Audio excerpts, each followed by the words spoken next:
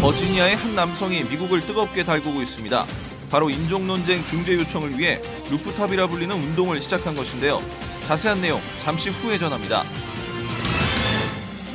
수많은 고난과 시련을 이기고 무당의 아들에서 찬양으로 복음을 전하는 하나님의 아들로 거듭난 찬양 사역자 이준석 씨를 만나봅니다. 군 사건 사고가 많았던 지난해를 비춰봤을 때 올해 한국교회의 역할이 커졌습니다.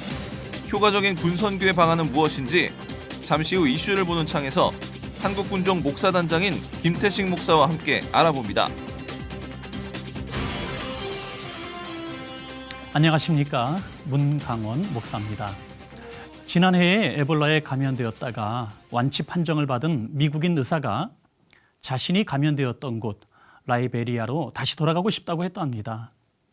자신의 몸에 만들어진 항체가 또 다른 이들을 구할 수 있기 때문에 하나님의 사랑을 보여줄 수 있는 좋은 방법이라고 이야기했다는데요. 정말 놀라운 일이고 결코 쉽지 않은 일이죠. 하나님의 사랑이 증거되는 방법은 참 다양한데요. 우리들도 각자의 삶을 통해서 하나님의 사랑을 세상 가운데 잘 흘려보내기를 바랍니다. 그런 은혜의 통로, 축복의 통로로 살아가는 오늘이 되기를 소망합니다. 시천을 매거진 굿데이, 오늘은 1월 29일 목요일입니다.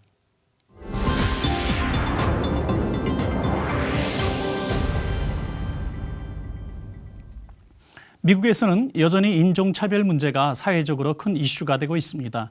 최근에 버지니아의 한 남성이 뜨겁게 달구어지고 있는 인종 논쟁에 대한 중재를 요청하고 나섰다는데요. 자세한 내용 지금부터 전해드리겠습니다. These are the images that dominated America's headlines at the end of 2014.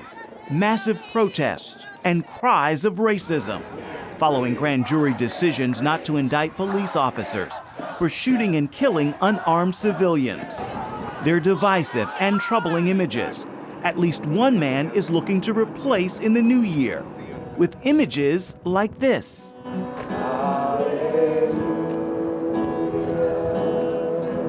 Christians of all races gathering on rooftops to pray. Initially, I thought just because it was overlooking the city, and in my own mind, I just thought it was cool. But God gave me a word specifically pertaining to a rooftop, in which some guys took their friend up to a roof to lower him down to Jesus to be healed. And Lionel Harris is leading these believers in a prayer for healing in 5 areas.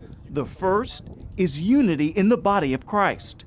I believe if we set the example in the church first, then hopefully the world can follow suit. He's also praying for healing in the hearts of our country's leaders. We'll have leaders that are seeking God themselves, because the word says that when we have leaders that are righteous, then the people rejoice. And healing for those who've been the victims of racism. That they will be comforted and that they won't be plagued by unforgiveness. And then there's prayer for true equality.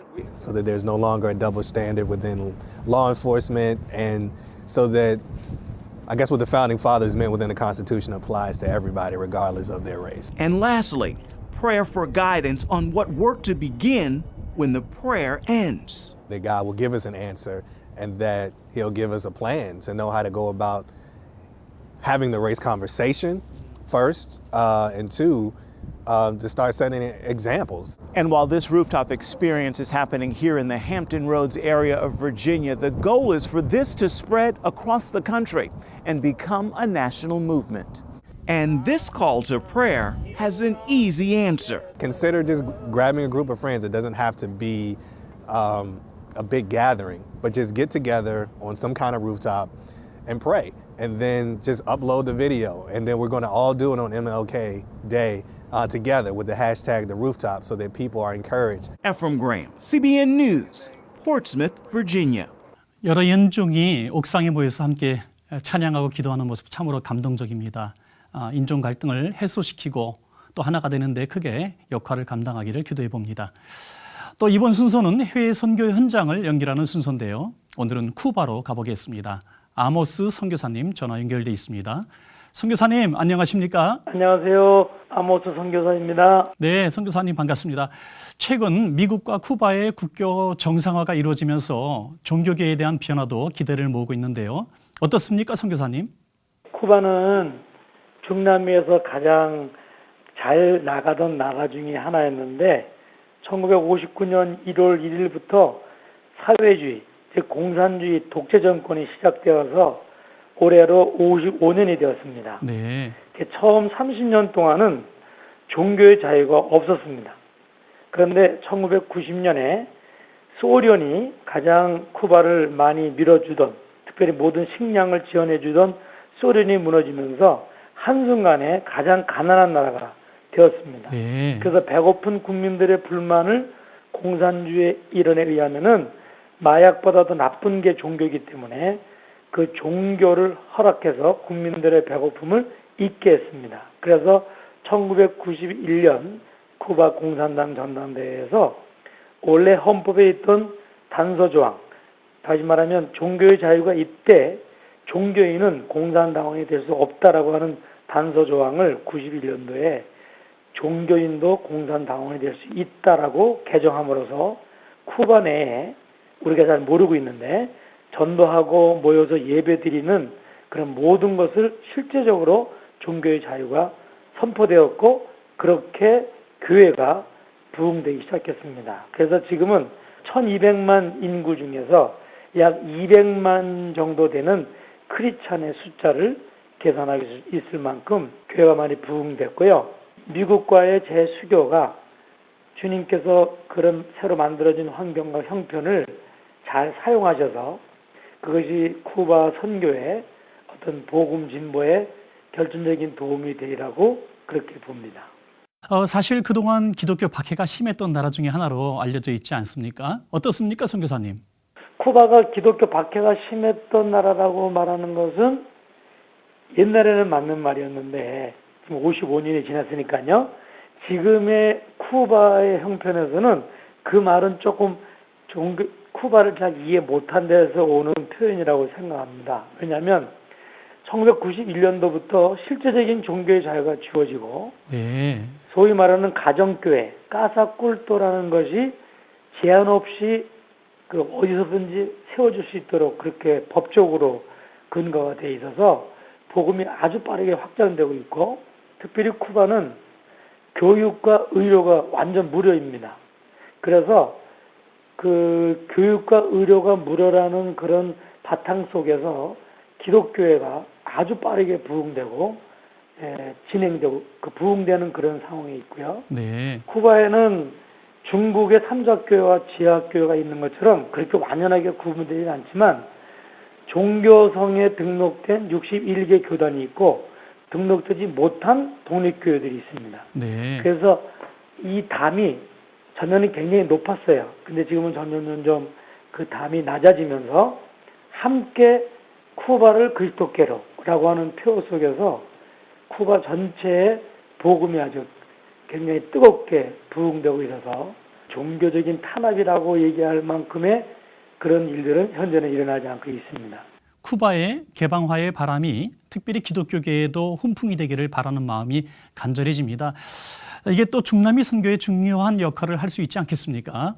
쿠바는 분명한 공산주의 국가입니다. 네. 그러나 북한이나 중국과는 상황이 많이 달라서 저는 개인적으로 성숙한 쿠바 교회와 쿠바 성도들이 이 주님의 지상명령을 마무리하는 선교의 마지막 주자로 쓰임 받을 거라고 하는 그런 기대를 하고 기도를 하고 있습니다. 네. 그래서 한국 교회가 지구 정반대편에 있는 55년 동안 공산 정권에 묶여 있는 얼어붙어 있는 쿠바와 쿠바 교회를 위하여 기도해 주시고 그리고 직간접으로 사역에 도움을 주고 또 힘을 실어준다면 쿠바 교회를 통해서 세계 복음화를 마무리하는 일들이 만들어질 수 있다라고 말할 만큼 아주 긍정적이고 그리고 굉장히 소망적인 그런 견해를 가지고 쿠바 교회를 보고 있습니다. 그래서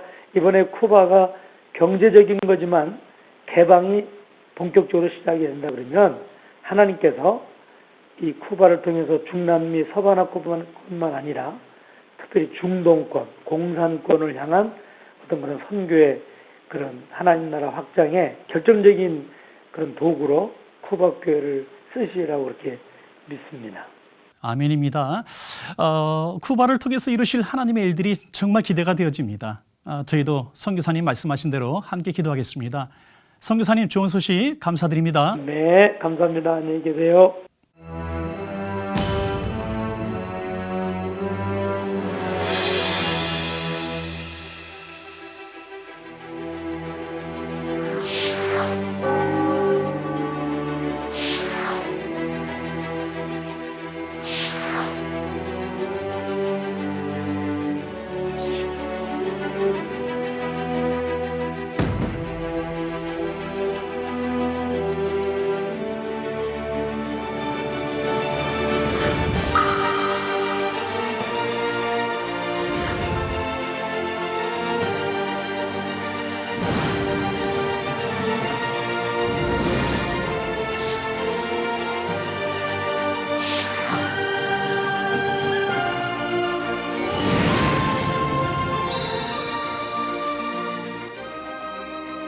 찬양을 통해 예수님을 전하는 삶, 또 그 은혜가 얼마나 크고 놀라운지 길게 이야기하지 않아도 모두가 잘 아실 겁니다.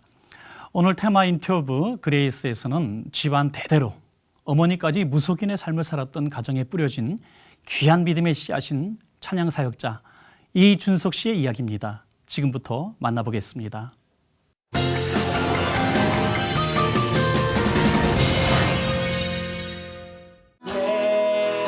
내가 하나님의 아들이 된 것, 이것 자체가 기적이라고 말하는 찬양 사역자 이준석 씨. 최근 발표한 그의 두 번째 앨범 그것이 내게 복이라는 그의 믿음의 고백이기도 합니다. 안녕하세요. 저는 찬양 사역자 이준석입니다. 반갑습니다. 우리가 늘 하나님을 사랑한다고 고백하고 그렇게 살아내지 못해도 우리가 이렇게 하나님을 사랑한다고 고백하고 예배드릴 수 있는 건 그것 자체가 우리에게 복이다라는 그런 내용을 담고 있는 찬양이거든요. 1집 때는 녹음하면서 제가 이렇게 많이 울지 않았는데 2집 때는 제가 은혜 받고 녹음을 하면서 눈물을 흘렸던 경험이 있습니다. 제가 사실 대대로 무속인 가정에서 제가 태어났어요. 저희 친할머니도 무속인이셨고 저희 어머님은 제가 중3 되던 해에 병명을 알 수가 없이 계속 아프셔서 용하다는 무당을 찾아간 거죠. 당신이 앓고 있는 병은 이제 신병이고 내가 봤을 때 당신은 대대로 이 무속인의 피가 흐르고 있고 만약에 당신이 지금 이 신내림을 거부하면 당신의 딸한테 이 신병이 갈 거다. 꽤 오랫동안 고민을 계속 하셨죠. 사실 그 길이 얼마나 어려운지 알고 계셨기 때문에 그래도 어떻게 딸한테 간다는데 그래서 어머니가 본인이 신내림을 받고 무속인의 길을 가시게 되셨어요. 그게 제가 중3 되던 해였습니다. 저는 이제 고등학교 때는 이제 어머님과 떨어져 지냈었어요. 근데 굉장히 운이 좋게도 고등학교 때부터 음악을 할 수 있는 이제 여러 가지 길들이 있어서 중창단이라던가 밴드라던가 그런 것들을 할 수 있는 기회가 있었어요. 고등학교를 졸업하고 이제 본격적으로 음악을 배워야겠다라는 결심을 하고 선생님을 찾았는데 그 선생님이 이제 크리스찬이셨어요. 그래서 이제 그분의 영향으로 이제 교회에 나가게 되고 또 하나님을 알게 되고 또 믿게 되고 그 선생님께서 처음에 제가 이제 노래를 한다고 하니까 외국 CD를 주셨어요. 가스펠 아티스트 CD였는데 지금도 기억합니다. 이름이 크레이 크로스라는 분이었어요. 그 CD를 가지고 집에 가서 이제 CD를 넣고 들어보는데 노래를 너무 잘하는 거예요. 그래서 깜짝 놀랐습니다. 그래서 이 사람은 뭔데 이렇게 노래를 잘하고 이런 좋은 노래들로 하나님을 찬양할까 그런 생각을 처음에 하게 되었던 것 같아요. 노래를 할 수 있는 재능이 있는데 그것이 대중음악이나 이런 사람들의 귀를 즐거워하는 그런 음악을 하는 게 아니라 하나님께서 주셨으니까 하나님께 영광을 돌리는 게 맞지 않나라는 생각을 했었어요. 신실한 믿음과 열정만 있으면 뭐든 할 수 있을 것 같았지만 현실은 그렇지 않았습니다. 한국에서 정말로 찬양사역자가 되기 위해서 무지내를 썼거든요. 전원대 목사님 옆에 있고 또 그 주변에 유명하신 찬양사역자 분들이 계시니까 저는 그분들 곁에만 있으면 유명한 찬양 사역자가 될 줄 알았는데 잘 안 됐어요. 앨범을 만들 수 있을 줄 알았는데 앨범이 잘 안 되고 여러 가지 그런 일들 가운데서 내가 하나님의 일을 하는데 사람의 방법으로 하려고 한다라는 그런 생각이 늘 가지고 있었기 때문에 늘 하나님에 대한 그 죄책감이 있었어요. 그 죄책감과 그 어머님이 저한테 주는 그 프레셔 그런 것들이 여러 가지가 겹쳐져서 한국에서는 내가 아무것도 할 수 없겠다라는 그런 생각까지도 들 때가 있었어요. 그때 마침 지금 일본에서 선교사로 사역하고 계시는 이제 저한테는 이제 가까운 형이죠. 그 형이 그렇게 있지 말고 사역지지만 일본으로 건너와서 공동체 훈련도 받고 교회도 섬기면서 회복을 도모하고 또 하나님께서 주시는 새로운 비전을 받기 위해서 준비하는 게 어떻겠냐라고 권유를 해주셨어요. 그래서 그때 저는 사실 일본을 사랑하고 뭐 이런 게 아니라 그냥 건너갔습니다. 일본에서 공동체 훈련을 받고 또 일본 교회를 섬기고 또 말씀을 계속 듣고 배우면서 굉장히 많은 위로를 얻고 많은 회복을 경험했습니다. 그곳에서 여러 번 특송할 기회가 있었어요. 그래서 특송이지만 이제 교회 가서 찬양으로 섬기고 이렇게 할 때마다 그 찬양을 통해서 제가 많이 은혜를 받고 그곳에 계신 분들이 은혜를 받는 모습을 제가 보고 느끼면서 일본 영혼들을 위해서 하나님이 분명히 이곳에 교회도 있고 하나님이 분명히 일본 땅에 하나님이 찾으시는 영혼들이 있을 텐데 내가 그 영혼들이 하나님께 돌아오게 되기를 바라면서 나도 무엇인가 해야겠구나라는 생각을 하게 됐던 것 같아요. 나는 정말로 진짜 찬양을 못할 것 같아, 나는 사역을 못할 것 같아, 나는 하나님의 일을 못할 것 같아 라고 생각해서 일본으로 도망을 쳤는데 일본에서 하나님께서 다시 저에게 은혜를 주시고 이렇게 사역할 수 있는 길을 열어주시고 찬양 사역자는 내가 원해서 사람이 원한다고 해서 할 수 있는, 갈 수 있는 길이 아니구나 라는 생각을 정말로 많이 했습니다. 내가 원하는 것이 아니라 하나님이 원하시는 일을 하는 것. 이걸 깨닫게 하시기 위해 지금까지 나를 기다리셨던 하나님을 다시 만나게 된 이준석 씨. 테크닉적인 부분이 아니라 정말로 은혜를 끼치기 위해서 준비하고 기도하고 그렇게 사역할 수 있는 일본이든 한국이든 어디든 가서 그런 마음으로 사역할 수 있는 사람이 될 수 있도록 기도를 부탁드립니다. 나의 앉고 일어섬을 아시고 내 인생 여정을 여기까지 인도하신 하나님. 찬양 사역자 이준석 씨는 오늘도 에베네셀의 하나님을 뜨겁게 찬양합니다. 짧은 시간에 잠깐 듣는 이야기만으로도 그 삶이 얼마나 어려웠을지 짐작이 됩니다.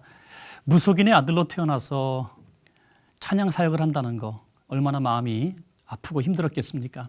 그래서 더 큰 간증과 깊이 있는 찬양을 하게 되는 줄로 믿습니다. 앞으로도 우리 찬양 사역자의 가는 길에 더 큰 은혜를 부어주시기를 기도드립니다. 자, 이번에는 교계 뉴스 시간입니다. 개신대학원 대학교가 개혁신학을 말한다 라는 주제로 세미나를 개최했습니다. 개혁주의 신학을 바로 세우기 위해서 마련된 이번 세미나에는 성경을 해석하기 위한 주요 키워드로 관계를 꼽았습니다. 최은원 기자의 보도입니다. 개신대학원 대학교가 개혁신학을 말한다라는 주제로 마련한 세미나에는 개신대학원대학교 손석태 명예총장과 총신대 전 부총장으로 지낸 서철원 박사가 강연을 전했습니다. 개혁주의는 성경이 성경을 해석한다는 기본 원칙을 갖고 말씀과 믿음, 그리고 개혁을 강조한 신학입니다. 이번 강연에서 손석태 명예총장은 개혁주의 신학의 정의와 성경의 해석 방향을 중점적으로 논했습니다. 손 명예총장은 성경이 조직신학의 증거본문으로 사용되면서 조직신학의 신여 노릇을 해왔다고 비판하며 자유주의 신학의 비평으로부터 성경을 구출하기 위한 운동이 개혁주의라고 덧붙였습니다. 이 성경 자체로서 연구를 하고 또 성경 자체의 가르침을 추구하는 것보다는 조직신학적인 이론을 증명하기 위한 성경을 하나의 증거본문이 프루프 텍스트로 사용을 하게 된 것입니다.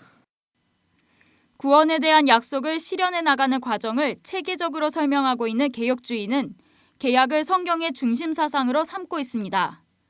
이에 손명예 총장은 개약의 개념이 성경의 중심 사상을 모두 담아내기에 매우 협소하다고 평가하며 성경을 해석하는 새로운 개념으로 관계를 제안했습니다.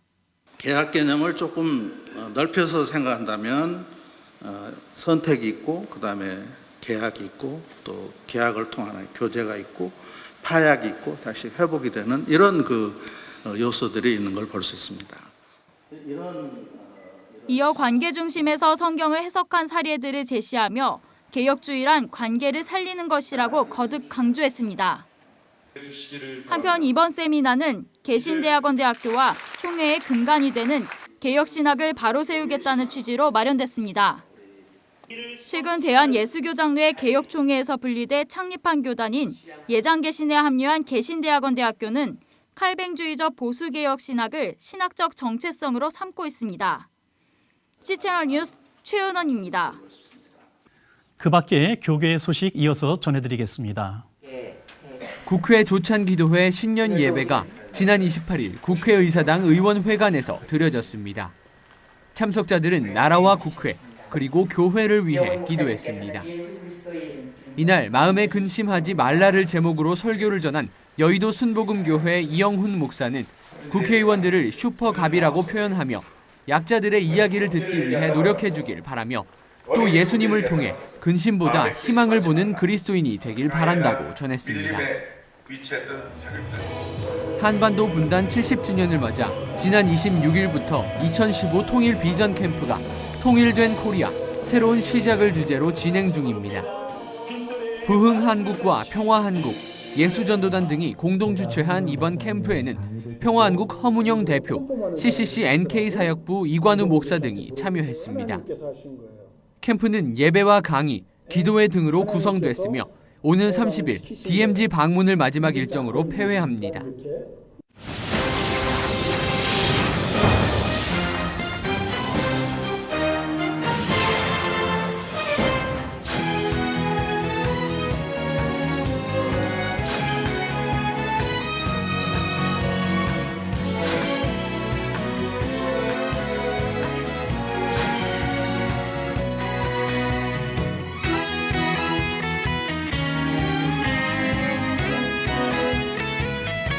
지난해는 군 관련 사건 사고가 참 많았습니다. 정부는 군 사건 사고를 막기 위해서 정훈 교육을 강화한다는 방침을 내놓기도 했습니다. 하지만 군성교 전문가들은 군종 목사 제도를 강화하는 것이 가장 바람직하다는 입장을 내놓았습니다. 오늘 이슈를 보는 창에서는 한국 군종 목사 단장이신 김태식 목사님 모시고 효과적인 군성교 방안에 대해서 이야기를 나눠보겠습니다. 목사님 안녕하십니까? 네, 안녕하십니까? 예, 먼저 선임되신 것을 축하드립니다. 네, 감사합니다. 예, 군종 목사 단장이 하시는 가장 중요한 일들이 어떤 일들이 있습니까? 군종 목사 단장이라고 하면 그 260여 명의 군종 목사를 대표하는 것입니다. 그래서 해군과 공군 그리고 육군의 군종 목사 단장들과 또 육군의 대령들 이렇게 함께 이렇게 이루어진 중앙위원회를 통해서 육군 국군 군종 목사단을 이끄는 일이 첫 번째 일이고요. 네. 그다음에 이제 군종 목사단하고 다른 군성교 유관기관들, 뭐 군성교연합회라든지 또 우리 그 한국 기독군인연합회라든지 네네.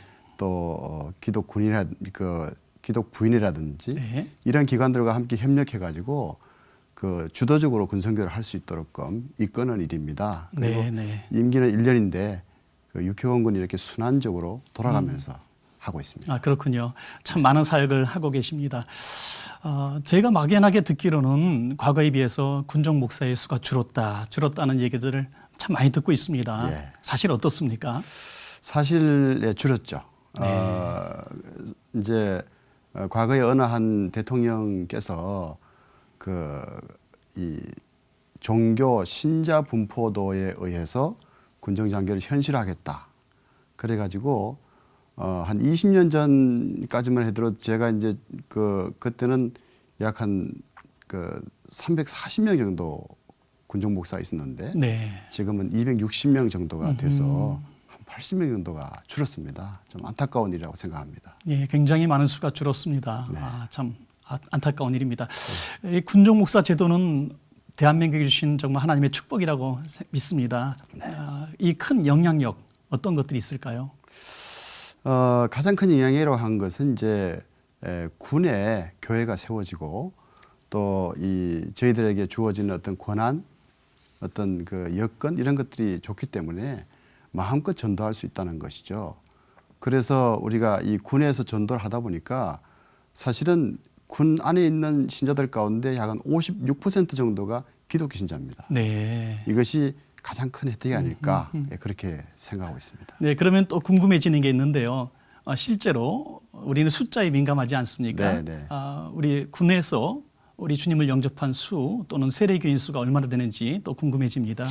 그 세례를 받는 숫자는 물론 분명히 말씀드릴 수가 있는데 이제 몇 명이 예수를 믿게 되느냐 하는 부분은 조금 이렇게 저희가 파악하기가 좀 어렵습니다. 작년 같은 경우에 군에서 세례받은 인원이 한 17만 명이 넘습니다. 어마어마하군요. 그렇습니다. 예. 네. 정말 군은 황금어장이다 이런 얘기들을 하고 있는데요. 네. 구체적으로 어떤 계획들을 갖고 계신가요? 사실은 이제 군이 황금어장인 건 사실이고요. 그리고 병사들이 군에를 이제 누구나 다 들어와야 되고 또 군에 들어오면 군 생활이 쉽지 않지 않습니까? 군에 들어오면 마음이 가난해집니다. 그래서 복음을 받아들일 수 있는 여건이 참 잘 만들어진다 그렇게 생각을 하고요. 그리고 젊은이들이 다 군에 들어오지 않습니까? 네네. 그래서 군은 이제 그래서 황금어장이다 이렇게 말씀을 하는데 사실은 그럼에도 불구하고 이제 현역 군종 목사 숫자가 많이 줄었기 때문에 네. 대대급 교회 같은 곳은 현역 군종 목사들의 영향이 미치지를 못하는 경우도 많고 또 민간 사역자들이 많이 계십니다. 그런데 그런 교회들이 간부들이 별로 없어요. 그래서 교회가 좀 많이 열악합니다. 약하겠군요. 예. 또 수리를 하려 해도 거기는 예산이 좀 부족하기도 하고. 네네. 그래서 올해는 저희가 대대급 교회를 어떻게 하면 살려볼까. 그게 이제 사업 중에 큰 하나의 저희가 목표가 되겠습니다. 그렇군요. 큰 부대는 이렇게 교회들이 잘 운영되고 있는데 작은 부대들, 특별히 대대급 부대에 큰 관심을 갖고 계신 것 같습니다. 예. 제가 또 궁금한 것은 군대에 가서 처음으로 교회를 나가고 싶은 그런 아이들이 많고 네. 또 군에서 예수님 영접한 그런 장면들이 많은데요. 군에서는 예수를 잘 믿었는데 네, 너무 긴가요? 아이들. 제 아이들이라 같아요. 예. 잠깐만요. 네네. 군선교에서 참 아쉬운 점이 하나가 있다고 한다면 군에 가서는 예수님을 잘 믿었는데 제대한 다음에 교회를 나가지 않는 청년들이 참 많은 것 같습니다. 네. 군과 또 지역 교회와의 그런 연계 사업 혹시 계획을 갖고 계십니까? 그래서 그것이 이제 올해 또 중요한 하나의 제가 목표가 되겠습니다. 사실은 이제 세례는 많이 받는데 그들이 이 자신들의 어떤 부대로 갔을 때 교회를 그만큼 나오느냐, 그리고 또 군생활을 마쳤을 때 민간교회까지 이렇게 일반교회로 연결되느냐 하는 문제가 큰 것입니다. 그래서 아까 말씀드린 대로 대대교회가 활성화된다는 의미는 민간교회와 같이 이렇게 결혼을 해가지고 민간교회에 양육할 수 있는 분들이 들어오셔서 거기 있는 장병들을 양육을 해가지고 믿음을 키워서 그리고 그 과정에서 그들의 그 부대 안에 있는 어떤 주소 또 자신의 가정의 주소 이런 것들을 연결시켜 갖고 그것이 이제 나중에 그 일반교회 나갈 때 그것이 연계될 수 있도록끔 그래서 한국 교회의 미래의 신자가 될 수 있도록끔 하는 이 운동을 이 사업을 올해 중점적으로 할 계획입니다. 네. 그러면 지역 교회에서도 우리 군내에서 예수님을 영접한 우리 청년들을 받을 준비를 좀 잘해야 되겠습니다. 그렇습니다. 협조를 열심히 하고요. 군종 목사 단장으로 이제 직무를 수행하실 텐데 중요한 어떤 계획들을 가지고 계십니까? 그래서 올해 아까 말씀드린 대로 이제 대대급 교회 활성화가 가장 큰 이슈고요. 양육을 해서 일반 교회하고 연결시키는 부분은 무엇보다 중요하다. 그동안 이제 대대교회에서 양육이 안 됐기 때문에 그들이 거기에 신앙을 제대로 키우지 못하고 그것이 결국 연결되지 못한 이 연결점이 상당히 약했다 네. 이렇게 생각하고 네. 또 한 가지 올해 굉장히 큰 이슈는 육군 훈련소입니다. 네. 논산훈련소 육군훈련소의 그 연무대 교회 네. 그 네. 건축을 저희가 이제 한 5년 전부터 계획은 했지만 올해 그것이 이제 부활절을 지으면서 착공을 할 계획입니다. 사실은 연무대 교회가 약 30년 전에 지어진 거고요. 그것이 지금 현재 안전 진단을 해보니까 상당히 좀 노후화돼서 위험하다 이런 이제 판단이 지금 나왔고요. 그렇군요. 그리고 또 한 가지는 그 교회가 좁습니다. 지금 거기에 이제 오는 병사들이 그 병사들 숫자의 반도 채울 수가 없어요. 그러니까 교회가 그만큼 좁다는 얘기죠. 그럼 그 장병들은 어디서 예배를 드리나요? 그래서 이제 주일 낮 예배 때 네. 3부로 예배를 드립니다. 네. 들어올 이제 그러니까 처음에 교회 입장할 때 10분, 또 40분 동안을 예배 드리고 퇴장 10분. 그러면 바깥에 있는 병사들은 뭐 하냐면 기다리고 있는 거죠. 그렇군요. 그러니까 비가 와도 기다리고 있어야 하고 또 눈이 와서 기다렸어야 되고 그러니까 이 병사들이 바깥에 기다리다가 안에 못 들어오는 병사들도 있고 또 그나마도 그러다 보니 이제 조금 이렇게 인내심이 없는 병사들은 조금 이렇게 마음이 상처를 받고 돌아가는 경우도 있고 그렇군요. 그리고 다른 종교로 가버려요. 음. 그것이 최근에 좀 심각한 문제가 됩니다. 그래서 빨리 교회를 좀 크게 져서 예배를 한 번에 다 드려야 되겠다. 그것도 지금은 40분 예배 드리는데 그것을 충분한 시간을 가지고 예배다운 예배를 드려야 되겠다. 그것이 저희의 교회를 짓는 하나의 이유가 되겠습니다. 네, 많은 청년들이 몰려오는데 군인들이 몰려오는데 수용할 공간이 적어서 그렇습니다. 받을 수 없다니 참으로 안타깝습니다. 네. 또 건물도 낡았으니 속히 좀 새롭게 건축되었으면 하는 바람을 가져봅니다. 네. 목사님도 군복무 하시는 거지 않습니까? 그렇습니다. 군복무라고 할 수 있는데 그 기간 동안에 혹시 기억에 남거나 또 보람이 있었던 일이 있으면 하나 좀 소개해 주시죠. 군에 있는 동안에 이제 그 많은 그런 저도 하나님을 경험하는 기회도 있었고 또 이적도 있고 표적도 있고 뭐 여러 병 낫는 이런 일들도 많이 경험했고요. 네. 또 이런 교회를 크게 지은 적도 있습니다. 네. 하지만 그거보다 가장 제게 기억이 남고 제가 군목으로서 보람이 있는 것은 젊은이가 군에 많이 있다는 거예요. 네. 이건 다른 데서 찾아볼 수 없는 축복이라고 그렇죠. 생각하고 그 젊은이들과 더불어 같이 있을 수 있다는 거. 그들에게 마음 놓고 복음을 전할 수 있었다는 거. 네. 그리고 그들 가운데 또 많은 사람들이 변화되고 부대 안에서 이렇게 빛과 소금 역할을 감당하면서 칭찬받고 그리고 그들의 삶을 통해서 많은 사람들이 교회를 같이 덩달아 따라 나올 수 있는 그런 것들을 현장에서 제가 경험한 것이 가장 큰 축복이다. 예, 그렇게 생각합니다. 네, 목사님은 정말 하나님이 군성계하라고 이렇게 보내신 것 같습니다. 네. 젊은이를 볼 때 마음이 뜨거워지시고 네. 또 청년들이 예수님을 영접하는 모습 보면 보람을 느끼시는 것 같습니다. 정말 감사드리고요. 마지막으로 한국 교회에 당부하고 싶은 말씀 있으면 부탁드리겠습니다. 이제 그 군성교라고 하는 것이 사실은 이제 조금 더 한국 교회가 관심을 그쪽에 가졌으면 좋겠습니다. 이 군성교는 젊은이 선교예요. 네, 그러니까 일반 사회에서는 젊은이들에게 복음을 전할 수가 없죠. 그렇죠. 모을 수도 없고 거부한단 말이죠. 그런데 군에는 이제 누구나 다 들어와야 되지 않습니까? 그 들어오면 또 다 어려워요. 그러니까 마음이 가난합니다. 네, 거기에 들어오면 그 상황적으로 굉장히 복음을 잘 받을 수 있는 환경이 주어져 있습니다. 그래서 거기에 대한 관심을 좀 더 가질 뿐만 아니고 아까 말씀드린 대로 그들을 양육하는 데 함께 협력할 수 있으면 좋겠고 네. 그리고 함께 연관지어서 한국 교회의 미래의 신자들로 만들 수 있는 데에 협력할 수 있으면 참 좋겠다. 그런 생각을 합니다. 이 등잔 밑이 어둡다 그런 얘기를 하는데 등잔 밑에 가장 좋은 선교 현장이 있습니다. 네. 그것이 바로 군선교 현장이다. 저는 그렇게 확신하고 있습니다. 네, 등잔 밑에 선교 현장 마음에 와닿는 말씀 감사드립니다. 오늘 이렇게 나와주셔서 대단히 감사합니다. 목사님 고맙습니다. 네, 고맙습니다.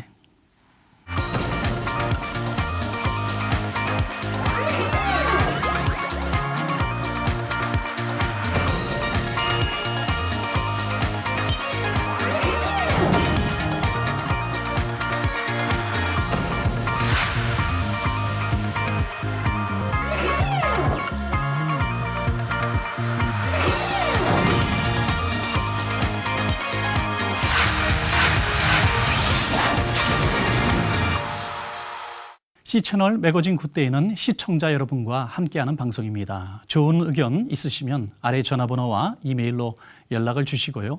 인터넷 검색창에서 C채널이라고 쓰시면 방송을 다시 보실 수도 있으니까 꼭 확인해 보시기 바랍니다.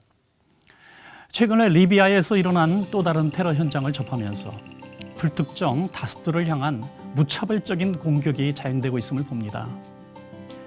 하루속히 이 악행의 고리들이 끊어지길 바랍니다. 그러기 위한 국제사회의 노력이 더욱 시급하고 또 간절한 때입니다. 오늘 순서는 여기까지고요. 저는 다음 시간에 인사드리겠습니다. 여러분 고맙습니다.